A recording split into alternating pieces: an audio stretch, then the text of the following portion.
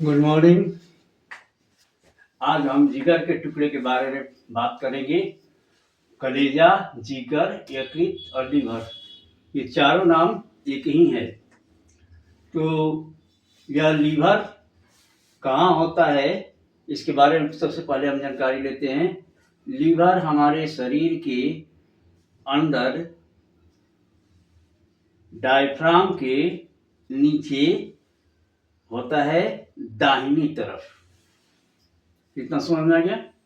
इसके बाद यह शरीर का सबसे बड़ा ग्रंथि होता है।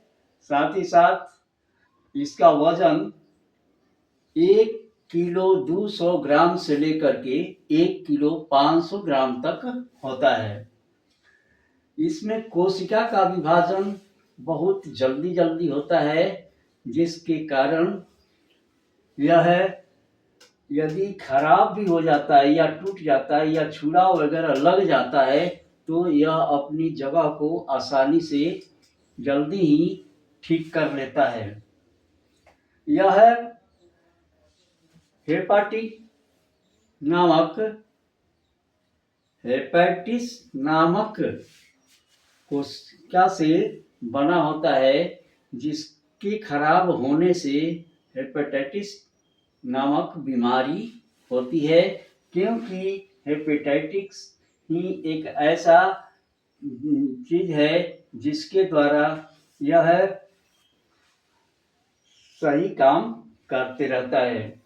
अब आगे चलते हैं। लीवर अर्थात उपकला ऊतक का बना हुआ रहता है। यह ऊतक के कुछ सहायक होते हैं, जिसका नाम है संयोगी ऊतक और रक्त ऊतक। डायफ्राम के बारे में मैं श्वसन तंत्र के क्रिया में बताया था कि डायफ्राम श्वसन क्रिया करने में सहायता प्रदान करता है। जब यह ऊपर जाता है तो फेफड़ा सिकुड़ता है, और जब नीचे आता है तो फेफड़ा फैलता है, जिसके कारण गैसों का आदान प्रदान अर्थात हमारे शरीर में श्वसन क्रिया का होना निश्चित होता है, अर्थात निकलना और अंदर जाना होता है। इसके बाद लीवर में एक गॉल ब्लैडर होता है। इस गॉल ब्लैडर में लीवर बिल तैयार करके जमा रखता है और जरूरत पड़ने पर यह छोटी आंत को देता है। बिल जो बनाता है वह वसा को पचाता है। बिल से बिलीरुबिन, बिलीवरिन, जल, कोलेस्ट्रॉल, वसा अम्ल, अकार्बनिक लवण, म्यूकस इत्यादि पाया जाता है। इसमें कोई पाचक एंजाइम नहीं होता, फिर भी वसा का पाचक होता है। कोलेस्ट्रॉल और वसा अम्ल ऊर्जा प्रदान करता है, जबकि कोलेस्ट्रॉल हर तरह की पोषक तत्वों का शोषण करने में मदद करता है। बिल का कार्य पीत लवण वसा को छोटे छोटे कणों में तोड़ना, वसा में घुले हुए vitamin A, D, E, F, के आदि का अवशोषण करने में मदद करना तथा हानिकारक पदार्थ बिलीरुबिन को पेशाब और मल के द्वारा बाहर निकालने में मदद करता है। बिलीरुबिन के बारे में मैं आगे बताऊंगा। बिलीरुबिन क्या है?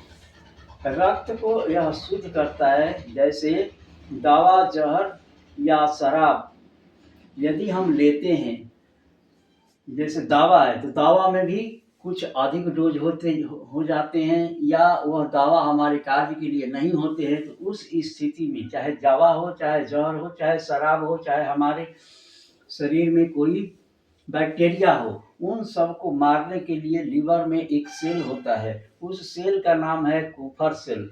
कुफर सेल हमारे शरीर के रोगाणुओं, जीवाणुओं, अन्य सारे प्रतिरोधक क्षमता को बढ़ाता है। कुफर यकृत की सुरक्षा प्रणाली का एक महत्वपूर्ण भाग होता है। यह भोजन का भंडारण करता है, अर्थात कार्बोहाइड्रेट से प्राप्त ग्लूकोज को ग्लूकोजेन में बदल करके स्टोर करता है, और जब शरीर को जरूरत पड़ती है तो ग्लूकोजेन को ग्लूकोज में बदल करके रक्त को दे देता है। यह इसका काम है। प्रोटीन को सीधे यह जमा नहीं करता है, प्रोटीन को यह एमिनो एसिड में बदल देता है, एमिनो एसिड में बदल करके उसको स्टोर करता है, जब शरीर को ज़रूरत पड़ती है तब उसको देता है। एल्बुमिन और क्लोटिन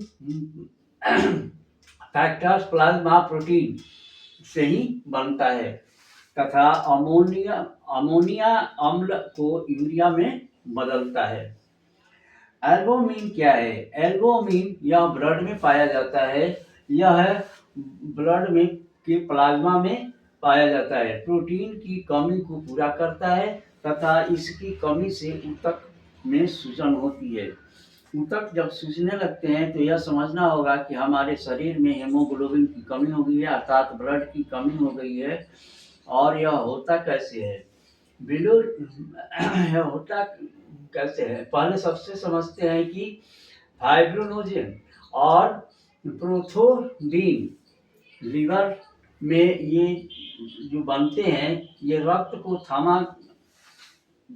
रक्त को जमाने में मदद करता है, अर्थात क्लोटिंग करने में मदद करते हैं।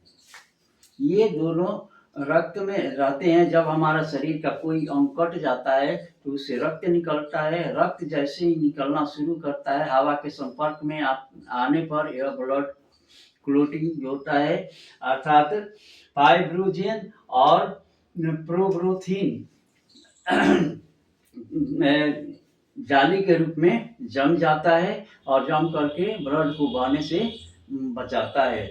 लेकिन सवाल उठता है कि यह शरीर में यह हम पाया जाता है तो शरीर के अंदर ब्लड क्यों नहीं जमता है? ब्लड इसलिए नहीं जमता है कि हमारे शरीर में एक और प्रोटीन होती है जिसको हेपरिन कहा जाता है। हेपरिन क्या करता है कि शरीर के अंदर कभी भी खून को जमने नहीं देता है, लेकिन जैसे ही शरीर कटता है, ब्लड बाहर निकलता है और हवा के संपर्क में आते ही हेपरिन मर जाता है, अर्थात यह निष्क्रिय हो जाता है और फाइब्रिनोजेन तथा प्रोथ्रोबिन दोनों मिल करके एक जाली का रूप बनाते हैं और जाली का रूप बना करके अर्थात रक्त को जमा देते हैं, जिससे रक्त का बहना बंद हो जाता है। बिलिरुबिन क्या है? बिलिरुबिन हमारे ब्लड में पाया जाता है। ब्लड से ही निकल करके वह हमारे लिवर में आता है। लिवर में आने पर बिलिरुबिन चला जाता है हमारे पित्ताशय में, अर्थात गॉल ब्लैडर में। गॉल ब्लैडर में जा करके यह गॉल ब्लैडर के अंदर के रंग को वह हरा में बदल देता है। क्योंकि बिलिरुबिन पीला रंग का होता है, पीला रंग होता है। चूंकि यह आरबीसी जो ब्लड होता है, लाल रक्त कण जो होता है, उसी में लाल रक्त कण की आयु जो होती है 120 वर्ष 120 दिन की होती है। इसमें ये जब टूटते हैं, जब मरते हैं, तो उस समय प्रोटीन अर्थात ग्लोब अलग हो जाता है, हीमो अलग हो जाता है। तो हीमो जो होता है वो वह बिलिरुबिन बनाता है और यही बिलिरुबिन रक्त के साथ ही चला जाता है लीवर में। जब लीवर में जाता है तो वह बिलिरुबिन सीधे चला आता है पित्ताशय में। पित्ताशय में आ करके हमारे आंत में आता है, छोटी आंत में आता है, छोटी आंत से बड़ी आंत में आता है और हमारे बड़ी आंत में आकर के वह मल के द्वारा बाहर निकलता है। साथ ही साथ यह बिलिरुबिन हमारे किडनी के द्वारा शोषित करके और उसको यूरिन में बदल करके बाहर निकालता है, अर्थात पेशाब के द्वारा बिलिरुबिन बाहर निकलता है। यह बिलिरुबिन यदि कम हो जाता है हमारे शरीर में, तो बिलिरुबिन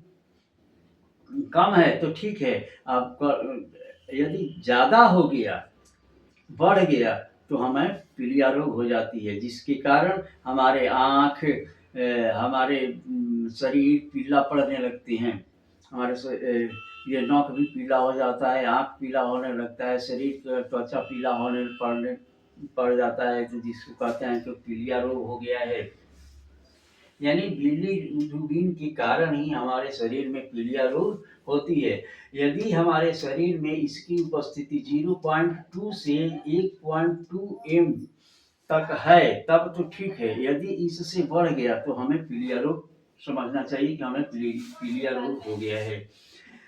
तो इस प्रकार से लीवर अपना कार्य करता है। आगे हम इसके विषय में एक स्ट्रक्चर के बारे में इसको पता करेंगे कि किस प्रकार का स्ट्रक्चर होता है। इसको हम आपको अगले वीडियो में बताने का कोशिश करेंगे। तो लीवर हर अंगों के में अपना एक भूमिका निभाता है, अतः यह एक शरीर के अंगों की रक्षा करने में चौरस्ता का काम करता है। जय हिंद। आप खुश रहें, स्वस्थ रहें, सुखी रहें, सुरक्षित रहें, यह हमारी कामना है।